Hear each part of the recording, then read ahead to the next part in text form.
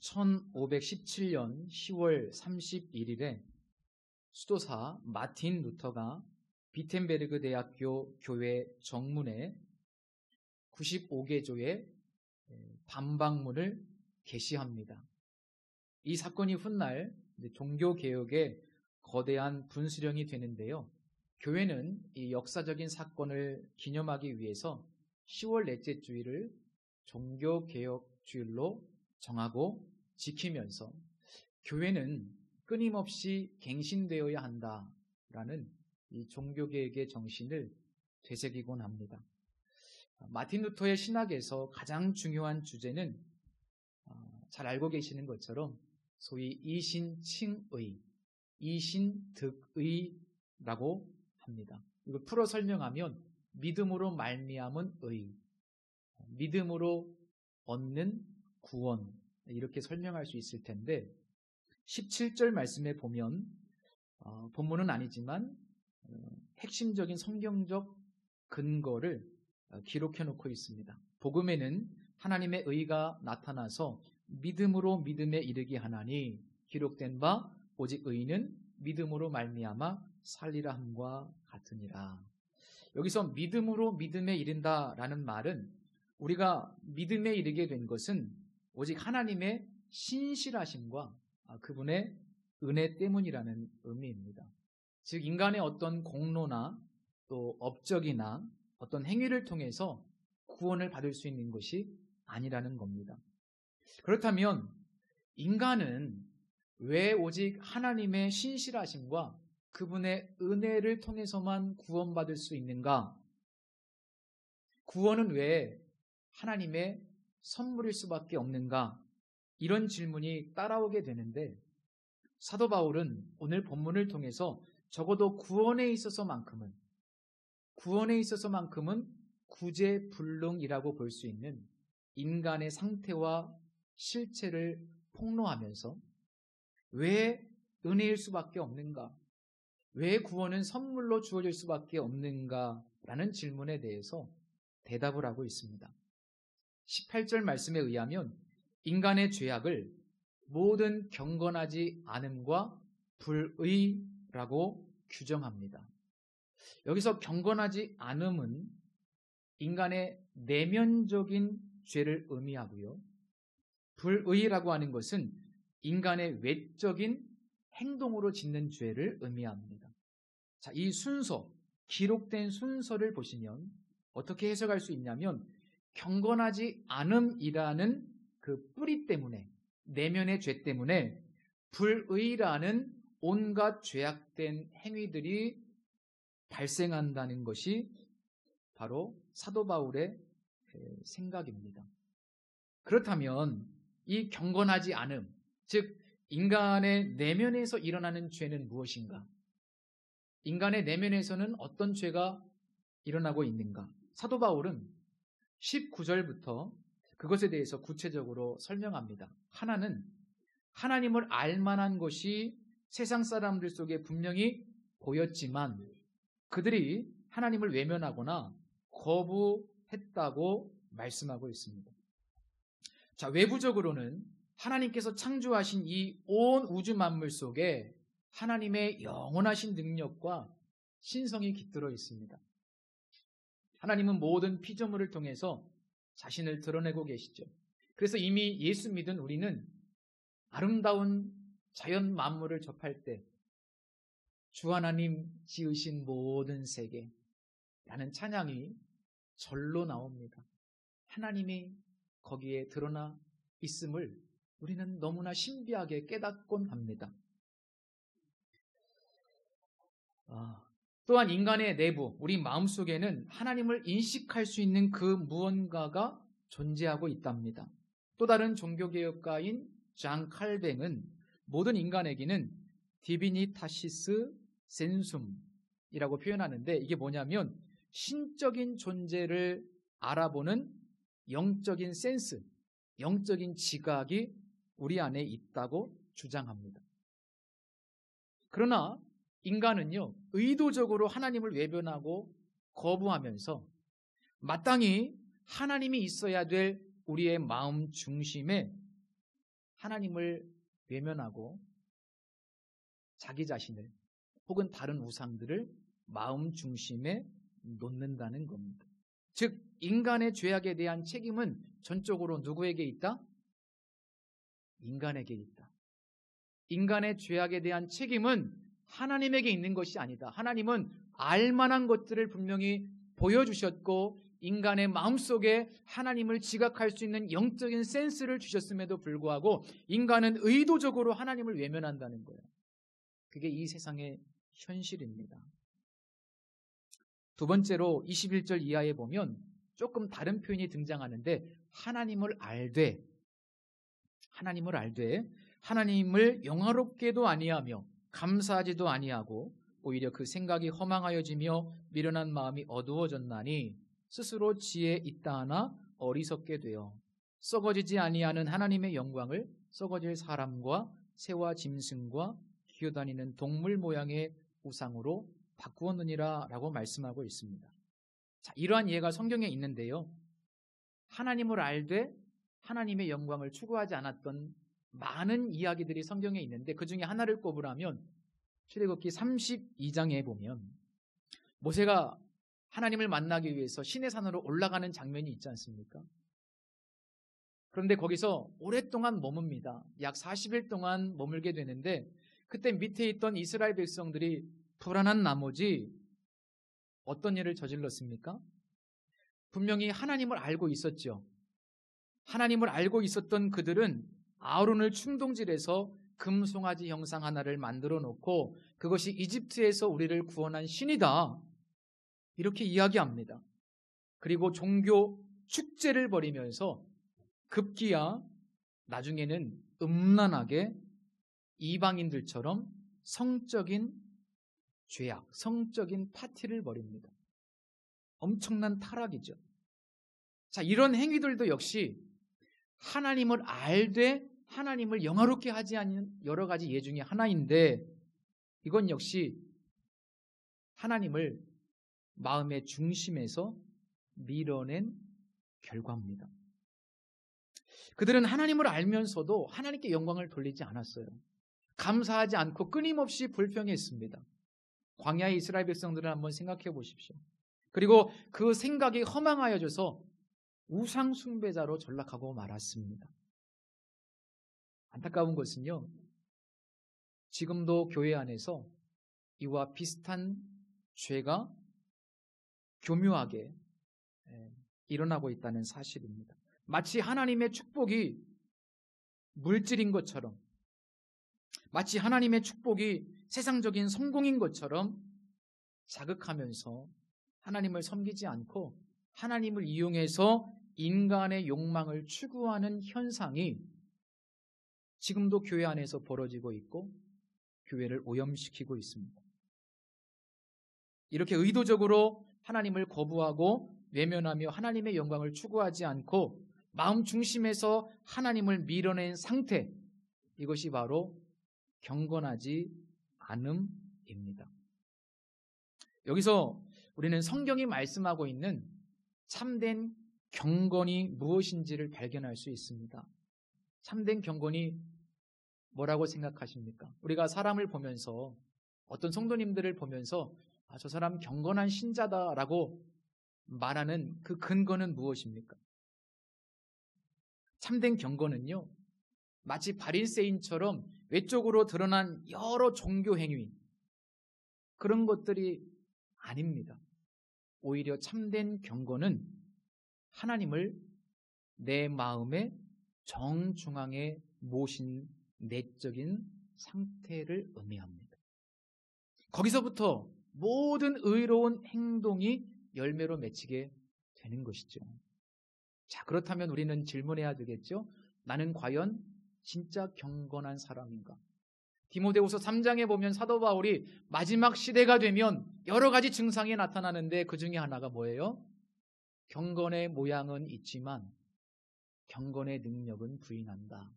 경건의 모양, 종교화된 모습은 있지만 진짜로 마음의 중심에 하나님을 모시고 사는 사람들은 점점 더 줄어들게 된다는 것이 성경의 경고입니다. 24절 이하에서 사도 바울은 이제 마음에서 하나님을 밀어낸 사람들, 경건하지 않은 사람들의 보편적인 마음 상태를 세 가지로 설명하고 있는데요. 첫째는 마음의 정욕이 지배하고 있다. 마음의 정욕이 지배하고 있다. 유대인들의 관점에서 보면 이 표현은 마음에 음탕함이 가득하다, 이런 뜻입니다. 마음에 음탕함이 가득하다. 둘째로 부끄러운 욕심이라고 표현하고 있는데, 이 부끄러운 욕심은 뭐냐면 부도덕한 성적인 욕망이 마음에 가득하다, 이런 뜻입니다. 세 번째로 상실한 마음인데, 여기서 마음이라고 하는 단어는 정확한 번역이 아니에요. 지식이라는 단어입니다. 자, 그래서 상실한 마음은 뭐냐면 우리의 삶에 적용될 수 있는 하나님의 지식을 찾기를 싫어한다, 이런 뜻입니다. 그러니까 이렇게 말씀을 들어도 그 말씀 속에서 들려지는 주님의 말씀을 내 삶에 적용하기를 싫어한다는 겁니다. 이게 상실한 마음, 상실한 지식입니다.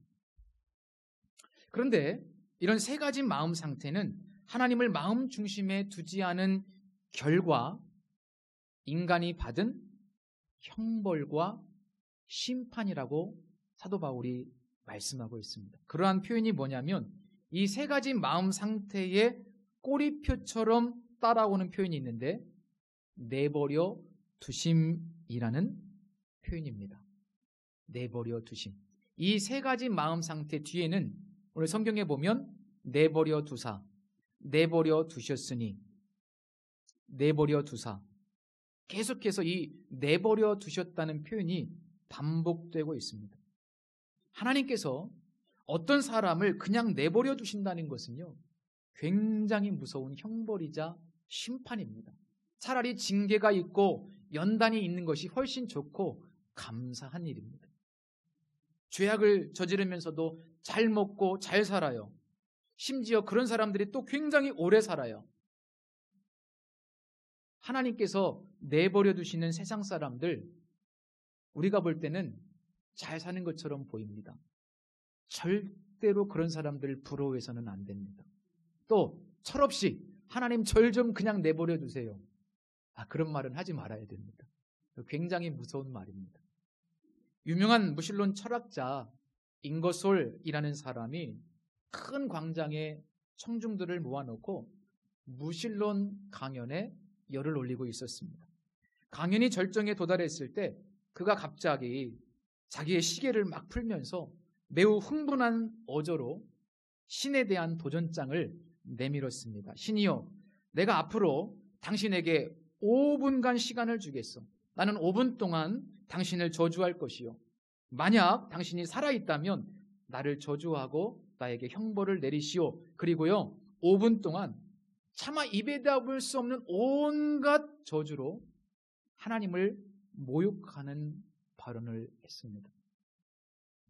그렇게 5분이 지났어요. 어떤 일이 있었을까요? 아무 일도 없었어요. 5분이 지나도 이 사람이 계속 그 연단에 서 있게 되었습니다. 그러자 그 사람은 의기양양한 목소리로 이렇게 말했습니다. 여러분 보셨죠? 이만하면 신이 존재하지 않는다는 사실은 충분히 입증된 것 같습니다.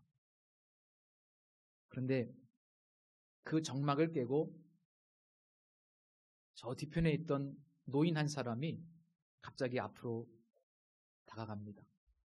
그러면서 그는 이렇게 그 잉거솔이라는 사람에게 이야기합니다. 나는 그리스도인이요, 내가 감히 당신의 연설에 대해서 평가를 한다면 당신은 오늘 신이 존재하지 않는다는 것을 증명한 것이 아니라 당신이 신과 아무 상관이 없는 사람이라는 것을 입증했다고 생각하오.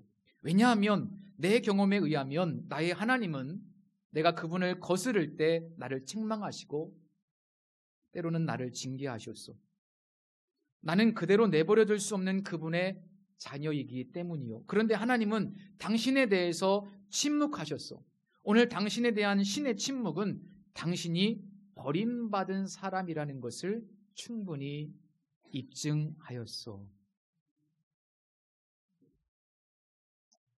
여러분, 하나님의 간섭은 그것이 무엇이든 감사의 조건입니다. 때로 하나님께서 간섭하셔서 내 마음대로 되지 않아요. 그러나 그것도 감사할 일입니다. 때로 하나님께서 간섭하셔서 우리를 약하게 하시는 경우도 있어요. 때로 하나님께서 간섭하셔서 실패하도록 하시는 경우도 있습니다. 때로 하나님께서 간섭하셔서 내 안에서 관계가 끊어지는 일을 경험할 수도 있어요. 그런데 간섭은 축복입니다. 징계는 축복입니다. 감사하시기를 바랍니다. 인간의 마음 중심에서 하나님을 밀어내고 이 자아가 중심이 되었을 때 하나님은 내버려 두심으로 심판하시는데 그 심판의 가장 극단적인 결과가 무엇인가? 바로 동성애라고 성경이 말씀합니다. 그런데 어떤 사람에게는 이 동성애와 같은 성적 타락이 아니라 그냥 내버려 두실 때 돈에 대한 지나친 집착과 탐욕으로 나타나기도 하고, 또 어떤 사람에게는 지나치게 권력을 추구하려는 욕망으로 드러나기도 하고, 그래서 돈과 성과 권력은 같은 뿌리를 갖고 있습니다. 자, 오늘 성경 말씀에서 굉장히 중요한 표현 하나가 있는데 26절 보시면 바꾸어라는 표현이 있습니다. 바꾸어. 자, 여기에 표시를 좀 하시고 23절에도 보시면 바꾸었느니라 라는 표현이 있죠. 이 본문이 말씀하는 것은 우리의 마음 중심에서 하나님을 밀어내버리면, 즉 예배의 대상, 섬김의 대상을 바꾸어버리면 우리의 삶에서도 반드시 순리가 깨어지고 왜곡되는 영리 현상, 즉 바뀌는 현상이 나타날 수밖에 없다는 겁니다. 다시 한번 말씀드릴게요.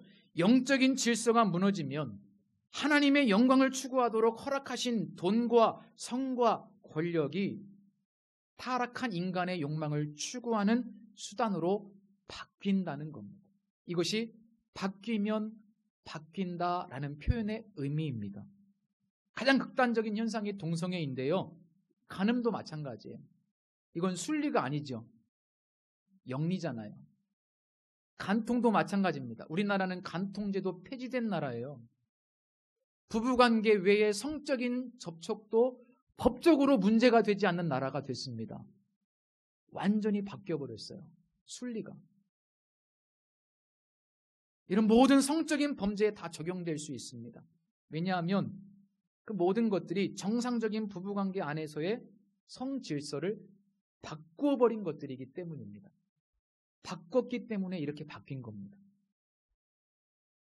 오늘 광화문과 실천 일대에서 한국교회가 200만, 오프라인으로 100만, 온라인으로 100만, 그래서 포괄적 차별금지법 반대를 위해서 기도의 모임을 갖습니다. 목회자로 부름을 받았기 때문에 이런 현상에 대해서 제가 침묵하면 안 되잖아요. 그래서 오늘 이 자리를 빌어서 잠깐 포괄적 차별금지법이 뭔지, 이게 왜 위험한 것인지, 왜 한국교회는 이렇게 힘을 합해서 모여서 건강한 방식으로 우리의 의견을 표출할 수밖에 없는지에 대해서 조금 말씀드리려고 합니다. 특별히 우리 교회 학생들도 있기 때문에 굉장히 중요한 것 같아요. 자, 우리나라에는 이미 개별적 차별금지법이 많이 있습니다. 지금 우리가 반대하는 것은 포괄적 차별금지법입니다. 개별적 차별금지법이 많이 제정되어 있어요. 예를 들면 장애우를 차별한다든지 남녀를 차별한다든지 혹은 인종에 따른 차별이라든지 이런 개별적인 조항들에 대한 금지법이 이미 많이 있습니다. 그런데 왜 굳이 포괄적이라고 하는 수식어를 붙여서 차별금지법을 제정하려고 하는지, 왜 이거를 밀어붙이는지.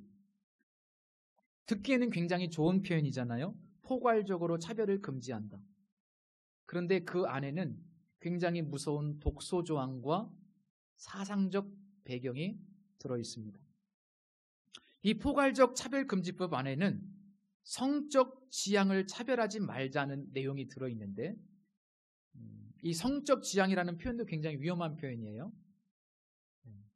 양성평등, 남녀를 차별하지 말자는 것은 이미 있습니다. 그런데 이 안에는 성적 지향을 차별하지 말자.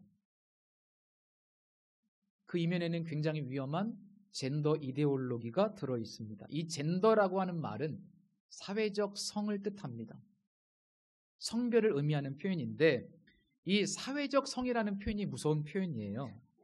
이거는 생물학적인 성, 하나님께서 이미 창조 때부터 남자와 여자로 창조하셨는데 그거를 부정합니다. 그래서 남자, 여자라는 두 가지의 성 말고 사회에서 살아가면서 내가 후천적으로 느끼고 생각하고 판단하는 대로 성을 바꾸거나 선택할 수 있다는 것. 그리고 또 두 가지의 성 말고 다양한 성이 있다는 것이 바로 젠더 이데올로기입니다. 이 사회적 성 안에는 수십 가지의 성적 지향이 있습니다. 나는 남자이기도 하고 여자이기도 하다. 이런 사람도 있고요. 나는 남성도 아니고 여성도 아니다. 이런 사람도 있고요.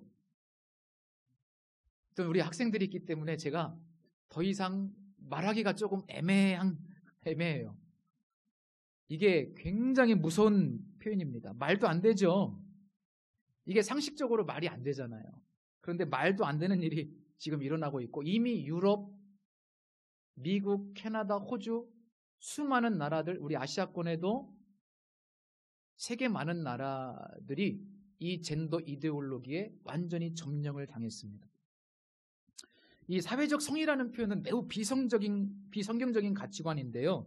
만일 이런 독소 조항이 그대로 들어있는 포괄적 차별금지법이 제정이 되면 학교에서 이미 우리나라도 그걸 가르치고 있습니다. 학생 인권조례에 의해서. 이거 굉장히 심각한 거예요. 남녀만이 아니라 다양한 성이 있고 동성애도 가능하고 그래서 성전환 수술도 학교에서 가르칩니다. 지금 우리 자녀들, 손주들 이런 세상에서 교육받고 있는데 양성애, 동성애, 무성애, 소아성애 이런 끔찍한 일들이 더러운 성적인 타락이요. 다 합법화되는 거예요.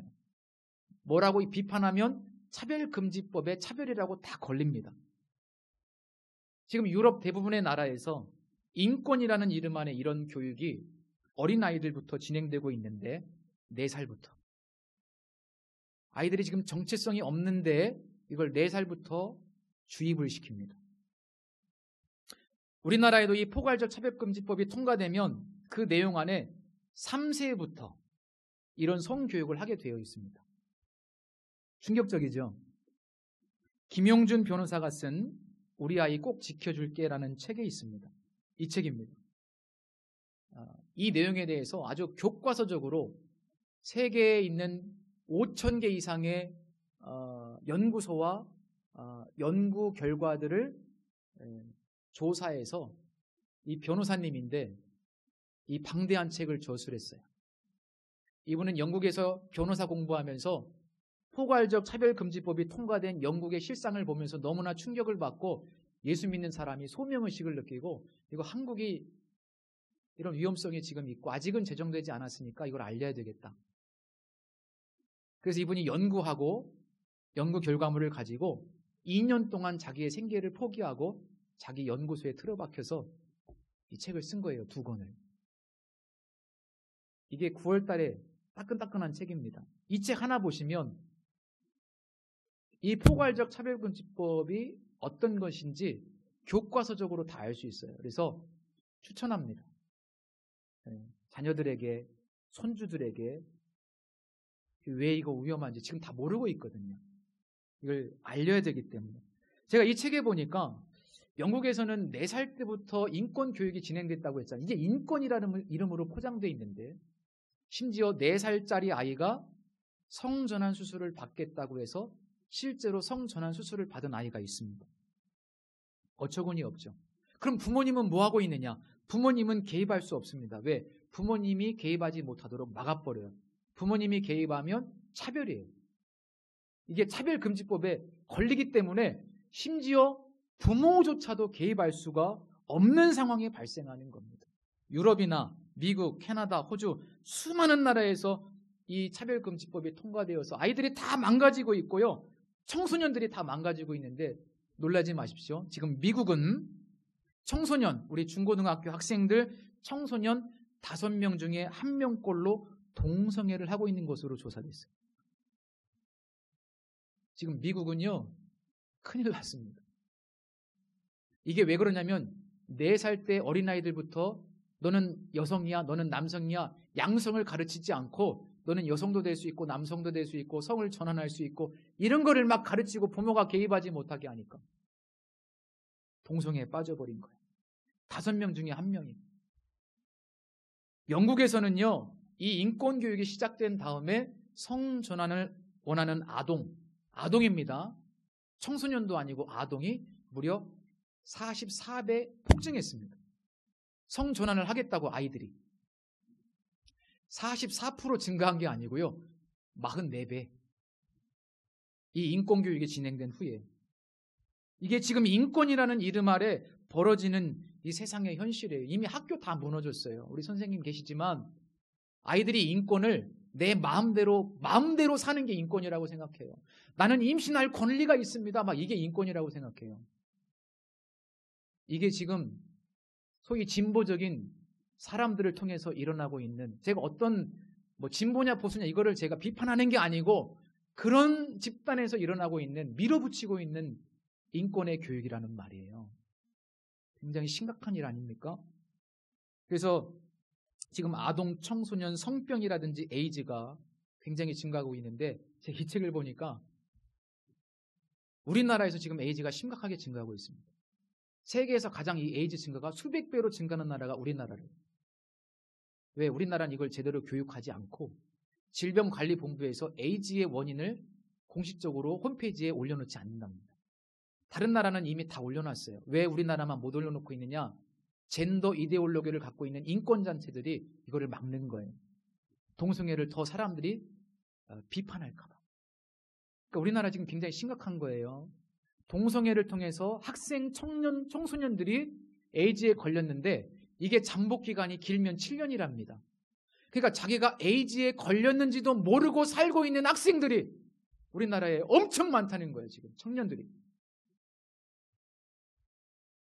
이게 왜 문제가 되냐면 이게 잠복기가 7년이기 때문에 계속해서 이게 동성애를 통해서 자기도 모르게 번져가고 있는데 7년 후에나 나타나는 거예요.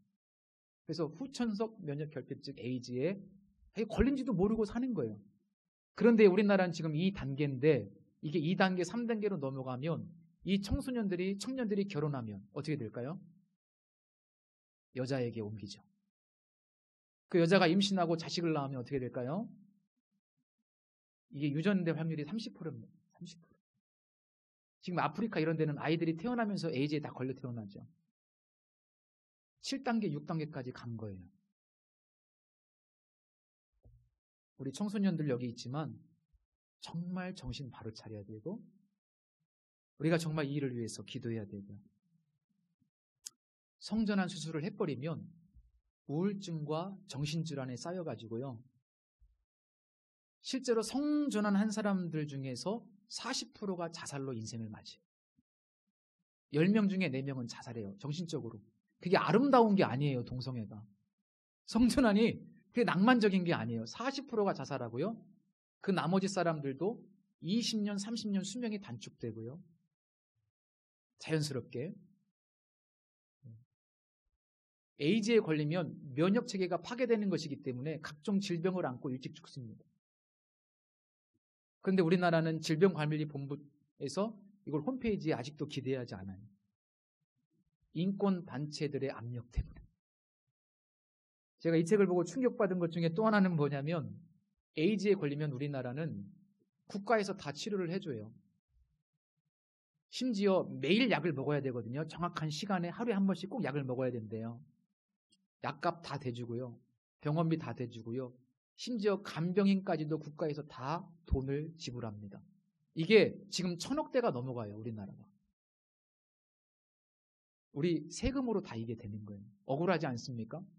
우리가 병 걸리면 국가에서 다 치료해 줍니까? 그러니까 우리는 역차별 당하는 거예요. 우리가 병 걸리면 국가에서 다 치료 안 해주잖아요. 근데 왜 에이즈만? 정신질환이자 성중독인데 왜 에이즈만 치료해 줍니까? 이게 인권 단체들의 압력 때문에 다 그렇게 된 거예요. 시간이 좀 지났습니다만 조금 더 말씀드릴게요. 어떻게 이 젠더 이데올로기라고 하는 것이, 사회적 성애라고 하는 것이 포괄적 차별금지법 안으로 들어오게 되었는가? 이거 이 책에 기록된 내용인데 제가 잠깐 설명 좀 드리겠습니다. 1990년대 수십 년 전에 동성애자들, 성소수자들이 이 동성애 의제를 실현하기 위해서 전략을 세웠어요. 그 동성애 책 After the Ball이라는 책에 그 전략 6가지가 기록되어 있습니다. 이 책에서 제가 재인용을 하는 겁니다. 첫 번째, 언론이 게이나 레즈비언에 대해 가능하면 자주 그리고 크게 떠들게 하라. 왜? 동성애에 대한 민감성을 무디게 할 것이다. 그렇게 됐죠, 지금. 둘째, 전략이 뭐냐면 동성애자들이 적극적인 도전자가 아니라 약자로 묘사되도록 하라. 주류 언론이 경각심을 갖지 못하도록 하라. 동성애자들이 약자인 것처럼 묘사하라. 그대로 다 됐어요. 셋째 전략, 동성애 운동가들에게 대의 명분을 주라. 동성애자들을 사회 피해자로 만들어. 네, 이게 전략입니다. 동성애자들을 사회 피해자로 만들어 비동성애자들이 그들의 보호자를 자처하도록 부추기라. 동성애 대의 명분을 사회 정의 또는 법 원리, 즉 인권과 연계시켜라. 인권과 연계시켜라. 그대로 됐죠, 지금 전략대로. 이게 동성애가 인권과 연결시키도록 전략적으로 그렇게 압력을 하고 그렇게 계속 홍보를 한 거예요. 그대로 됐어요, 지금 세상이. 넷째, 동성애자들의 이미지를 좋게 만들라. 동성애자들이 우울증과 대인기피, 음주, 자살충동, 소아성애와 연계되어 비정상이라는 비동성애자들의 메시지를 무력화시키라. 저는 진짜 너무 두려워요. 몇 년 전부터요, 우리나라에도 드라마, 영화, 이 동성애를 아름다운 것으로 묘사하고 있습니다. 이거 굉장히 언론이 다 장악됐어요. 추잡하고 더러운 성적 타락이 아름다운 것으로 묘사되고 그렇게 드라마나 영화에서 지금 만들어지고 있단 말이에요, 우리나라도. 그리고요, 아이들이 맨날 보는 그 웹툰, 핸드폰으로 맨날 웹툰 보거든요. 동성애 웹툰이 얼마나 많은지 모르겠어요. 아름다운 사랑으로 묘사해요, 이거를. 그리고 우리 아이들이 지금 얼마나 노출되어 있고 병 들어가는지 너무나 안타까운 거예요. 다 속고 있는 거죠. 이게 1990년대부터 세워진 성소수자들의 전략입니다. 5번째 전략, 비동성애 가해자들을 나쁘게 묘사하라. 가해자들이 대중들에게 범죄자와 같은 이미지가 되도록 만들라. 동성애자들이 나치 수용소에서 고문당하고 가스로 죽임당하는 사진을 보여주라. 그대로 됐죠. 동성애 얘기하면 저 같은 목사는 나쁜 목사예요. 지금 이거 영상으로 남잖아요. 나중에 차별금지법이 제정되면 신고 들어가면 벌금 수천만 원 내야 돼요. 동성애에 대해 이야기하면 나쁜 사람인 것처럼 묘사하라. 마지막 6번째 전략, 미디어 캠페인을 지원하기 위한 재정을 마련하라. 그러니까 이 사람들이 돈을 모아서 이걸 인권으로 둔갑시켜가지고 미국 사회에 계속 압력을 넣은 거예요. 그래서 이거를 만들어버린 겁니다. 그래서 의사든 변호사든 언론이든 그 어떤 단체든 이걸 공식적으로 얘기하면 차별금지법 때문에 파면을 당합니다. 그래서 아무도 이게 한번 제정되면 얘기를 못해요. 차별금지법이 제정되면 차별금지법에 대해서 이야기하는 것조차 차별이 들어갑니다. 그래서 아예 고칠 수가 없어요, 법을. 그래서 지금 미리 막자는 거예요. 왜? 얘기하면 차별이 되니까. 그래서 무서운 겁니다. 한번 제정되면 고칠 수가 없습니다.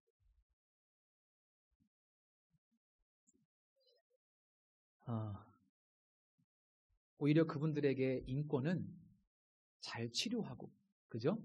오픈해서 회복되도록 하는 것이 인권인데, 자기들과 같은 세상을 만들기 위해서 이런 전략을 세우고 그걸 수십 년 동안 꾸준히 실행해서 유럽과 북미와 호주와 수많은 나라들 안에서 차별금지법, 포괄적 차별금지법이 제정되었습니다. 나중에요, 이거 제정되면 남자, 생물학적으로 남성이 나는 여자라고 생각합니다. 그리고 여자 화장실에 들어가거나 여자 사우나에 들어가도 막을 수가 없어요. 지금 실제로 미국에서는 그런 일들이 일어나고 있죠. 왜? 들어가면 막으면 차별이에요. 이게 실제로 지금 일어나고 있는 일입니다. 나는 여자라고 생각해 하고 남자가 여자 사우나에 들어가면은 막을 방법이 없어요. 차별금지법 때문에. 우리나라 같은 경우는 더 심각한 이유가 뭐냐면, 아니 군대가 있는데 군대를 가야 되는데 저는 여자라고 생각합니다. 지금까지 여자라고 생각하고 살았습니다. 난 여자입니다. 그러면 군대 안 가요. 그게 현실이 돼가고 있다니까요. 그래서 스웨덴 같은 나라는 너무 자주 나는 여자입니다. 나는 남자입니다. 너무 자주 자기 성별을 바꾸는 그런 일들이 일어나기 때문에 1년에 한 번씩만 성별을 바꾸도록 지금 법으로 제정했어요. 진짜 황당한 이야기지만 실제로 너무 자주 바꾸니까 1년에 한 번씩만 성별을 바꾸라고 법으로 제정한 나라가 스웨덴입니다. 이게 선진국이 아니라, 왜 선진국에 자살이 많은 줄 아세요? 왜 정신질환이 많은지 아세요? 이런 것 때문에 그래요. 선진국이 아니에요. 저는 우리가 이거는 비단 교회 문제만이 아니에요. 교회가 핍박을 받고 그것도 물론 있지만 이거는 공동체의 문제고 나라의 문제고 가족의 문제이고 우리 손자 손녀들의 문제예요. 그래서 우리가 성숙한 방식으로 이런 책을 통해서 선물도 하시고, 그래서 이것이 왜 위험한지 사람들이 모르거든요. 영국이나 미국이나 왜 차별금지법이 제정됐냐면 대수롭지 않게 생각했대요. 이게 별 문제가 있겠어? 이 성적 지향이라는 조항이 무슨 문제가 있겠어? 이렇게 대수롭지 않게 생각을 했는데 하고 나니까 이런 문제가 발생해서 지금 큰 충격에 빠진 겁니다. 자, 그래서 이런 독소 조항들이 다 빠진 건강한 차별금지법이 제정될 수 있도록, 아니면 포괄적 차별금지법이 제정되지 않도록 우리가 기도도 해야 되겠지만 행동도 해야 된다. 긍정적인 소식은 저 남미의 페루라든지 파라과이, 콜롬비아, 파나마 이런 남미 국가들에서는 국민들이, 특히 어머니들이 한 목소리로 일어나가지고 이 포괄적 차별금지법이 제정되지 않도록 일어났답니다. 그래서 그 나라들은 이게 안 됐대요. 그래서 우리도 할 수 있습니다. 가능하다. 이렇게 말씀드리고 싶고, 두 번째로는요, 우리가 극단적으로 타락해가는 이 세상을 보면서 당연히 분노도 해야 되지만, 그러나 긍휼한 마음도 가져야만 합니다. 왜냐하면 이런 극단적인 타락과 성적인 방종은 사실 그들은 알지 못하지만 그들의 내면에서 간절히 하나님을 찾고 있다는 증거이기 때문입니다. 그들의 갈망을 만족시킬 그 무언가를 간절히 찾고 있는데 그것을 알지 못하고 발견하지 못하기 때문에 저렇게 극단적인 타락으로 가고 있는 겁니다. 사실 이 세상의 현실은 하나님을 떠난 인간의 자연스러운 모습이고 열매라는 거예요. 오늘 본문이 그거를 말씀하고 있어요. 바꾸면 이렇게 바뀐다는 거예요. 그래서 오늘 설교의 결론으로 저는 이렇게 말씀드리고 싶습니다. 첫 번째, 아직 예수님을 영접하지 않으신 분들이 계시다면 정말 올바른 삶, 참된 만족을 얻기 위해서는 반드시 예수님을 마음 중심에 영접하시기 바랍니다. 예수님을 마음 중심에 받아들이셔야 됩니다. 행동을 바꾸는 것은 한계가 있어요. 세상의 모든 자기계발서들은 행동을 바꾸라고 말합니다. 그러나 행동을 바꾸려면 마음 중심을 먼저 바꿔야 되는 거예요. 두 번째로, 이미 예수님을 믿은 분들에게는 이렇게 말씀드리고 싶어요. 하나님을 더 갈망하시라고. 하나님을 더 갈망하십시오. 하나님을 더 갈망할 때만이 우리에게 허락된 선물인 돈이든 성이든 권력이든 그 모든 것이 하나님이 원하시는 올바른 방향으로 정리되고 쓰일 수가 있기 때문입니다. 마지막 세 번째로 오늘 본문의 내용은 우리에게 복음 전도의 중요성과 긴급성을 말씀하고 있습니다. 세상은 지금요, 하나님을 간절히 찾고 있어요. 저들이 왜 그렇게 타락해 가냐면 하나님을 못 찾았기 때문에 그런 거예요. 저들은 지금 모르고 있을 뿐입니다. 그래서 극단적인 타락은요, 출구를 찾고 있는, 하나님을 찾고 있는 간절한 부르짖음이에요. 그래서 우리가 긍휼의 마음을 가지고 그들 모두에게는 예수님이 필요하다는 사실을 깨닫고 우리가 우리 주변 사람들에게 이 복음 전도의 긴급성과 중요성을 알고 정말 복음을 전하는 그런 삶을 사셨으면 좋겠습니다. 기도하겠습니다. 하나님, 세상은 지금 신음하고 있습니다. 마귀는 세상을 무너뜨리고 있고 다른 것을 통해서 원하는 것을 얻을 수 있다고 유혹하고 있습니다. 하나님, 우리는 무엇을 해야만 합니까? 깨닫게 해 주시옵소서. 하나님, 이 나라, 이 민족을 지켜주시고 아이들과 청소년과 가정 공동체를 지켜주옵소서. 하나님만이 우리의 소망이심을 고백합니다. 점점 더 어두워져가는 이 세상 속에서 하나님을 더 갈망함으로 우리가 빛 가운데 살 수 있게 하여 주시옵소서. 그리고 빛을 찾아 헤매는 사람들에게 복음을 전하는 삶을 살 수 있도록 우리의 마음에 아버지의 마음을 부어 주옵소서. 예수님의 이름으로 기도드립니다. 아멘.